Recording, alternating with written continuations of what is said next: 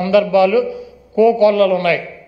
అదే విధానంగా చంద్రబాబు నాయుడు ముఖ్యమంత్రి అయిన తర్వాత 4వ తారీఖు జగన్మోహన్ రెడ్డి గారు జూన్ 4న ఆయన రాజీనామా చేశాడు ఈ రాష్ట్రానికి ముఖ్యమంత్రిగా.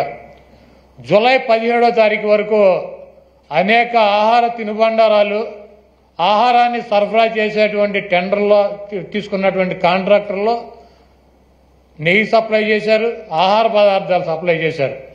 వాటిల్లో చంద్రబాబు ముఖ్యమంత్రిగా ఉండగా 17వ తారీఖున వచ్చినటువంటి ఒక ట్యాంకర్లో వాళ్ళకు కావాల్సినటువంటి మెజర్మెంట్స్లో లేదు నెయ్యి, కాబట్టి మేము దీన్ని రిజెక్ట్ చేస్తున్నాం అని చెప్పి దాన్ని వెనక పంపడం జరిగింది. ఆ నెయ్యిని వాడల గతంలో కూడా రిజెక్ట్ చేసి 18 సార్లు పంపించే ఎటువంటి నెయ్యిలు వస్తాయి. ఎప్పుడూ కూడా క్వాలిటీ లేనటువంటి నెయ్యి కానీ నూనె కానీ ఎటువంటి ఆహార పదార్థాలు తిరుమల తిరుపతి దేవస్థానంలో వాడినటువంటి పరిస్థితి లేదు. 17వ తారీఖున జూలై 17వ తారీఖున ఏం ఫస్ట్ టైం కాదు రిజెక్ట్ అవటం, కొన్ని వందల సార్లు రిజెక్ట్ అయినాయి అదే తిరుమల తిరుపతి దేవస్థానంలో. దానిని చంద్రబాబు నాయుడు రాజకీయ లబ్ధి కోసం జంతువుల కొవ్వు కలిసింది, ఆ కొవ్వుతో లడ్డూలు తయారు చేశారు, వాటిని ప్రసాదాలుగా భక్తులకు ఇచ్చారు. ఈ దేశంలో ఉన్నటువంటి వెంకటేశ్వర స్వామి భక్తులు తిరుపతి వెళ్ళినాళ్ళు లేకపోతే ఎవరైనా నాబోటాళ్ళు వెళ్ళి లడ్డు తీసుకొచ్చి 10 మందికి పంచి పెడతారు. వీళ్ళంతా కూడా అపవిత్రమైనటువంటి ప్రసాదాన్ని తీసుకున్నారు. కాబట్టి జగన్మోహన్ రెడ్డిని శిక్షించాలి అని చెప్పి చంద్రబాబు నాయుడు రాజకీయ ప్రయోజనాలు ఆశించి సొంత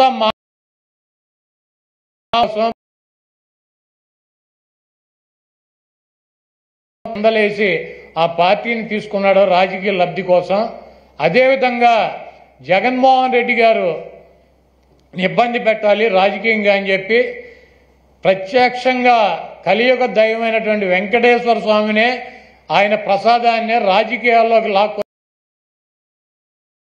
వ్యక్తి చంద్రబాబు నాయుడు.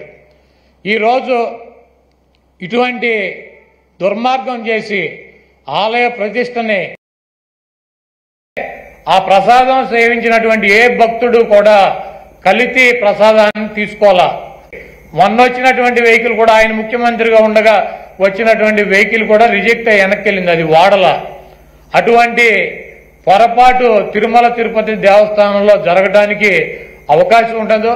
అక్కడ ఉన్నటువంటి బోర్డు కానీ అక్కడ ఉన్నటువంటి ల్యాబులు కానీ అక్కడ ఉన్నటువంటి ఉద్యోగులు కానీ ప్రతి వస్తువుని టెస్ట్ చేసే లోపలికి అనుమతి ఇచ్చేటువంటి పరిస్థితి ఉంటుంది.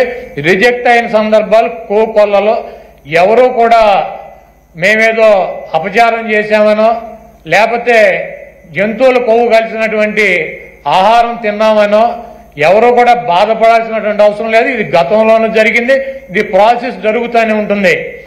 ఎక్కడా కూడా ఏ ల్యాబ్ కూడా డైరెక్ట్గా దీంతో పశువులకు సంబంధించినటువంటి కొవ్వు కలిసిందని చెప్పి ఇవ్వాల. ఇలా జరిగి ఉండొచ్చు, అలా జరిగి ఉండొచ్చు.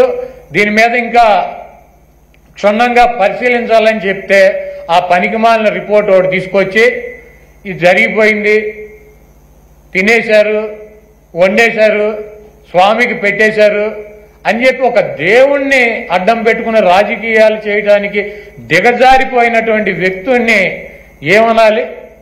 ఇటువంటి వ్యక్తి ఈ రాష్ట్రానికి ముఖ్యమంత్రి. అంత ప్రతిష్ట కలిగినటువంటి గుడిని, అన్ని మహిమలు కలిగినటువంటి ఆ స్వామిని రాజకీయాల కోసం ఎవడన్నా అన్నం తినేవాడు బజారు లాగుతాడా? చంద్రబాబు నాయుడు భక్తుడా? నాకు 50 సంవత్సరాలు 40 సార్లు నేను తిరుపతి వెళ్ళా, 20 సార్లు గుండు కొట్టించుకున్నా, 15 సార్లు కింద నుంచి నడిచి వెళ్ళా, ప్రతి సంవత్సరం వెళ్తా. చంద్రబాబు నాయుడు ఎన్నిసార్లు గుండు కొట్టించుకున్నాడు అక్కడికి వెళ్ళి? వెంకటేశ్వర స్వామికి ఇష్టమైనది ఏంటి? భక్తులు మహిళలు కూడా వెళ్ళి గుండు చేయించుకుంటారు, మహిళలు కూడా వెళ్ళి గుండు చేయించుకుంటారు. ఈయన ఎన్నిసార్లు చేయించుకున్నాడు? ఈయన వెంకటేశ్వర స్వామి భక్తుడా?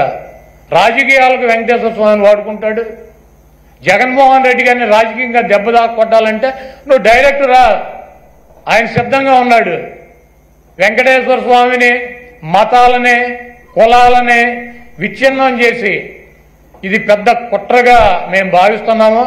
దీని మీద ఎటువంటి ఎంక్వైరీ అయినా సిద్ధంగా ఉన్నామని చెప్పి జగన్మోహన్ రెడ్డి గారు సుప్రీంకోర్టు న్యాయమూర్తికి ప్రధాన న్యాయమూర్తికి లేఖ రాశారు.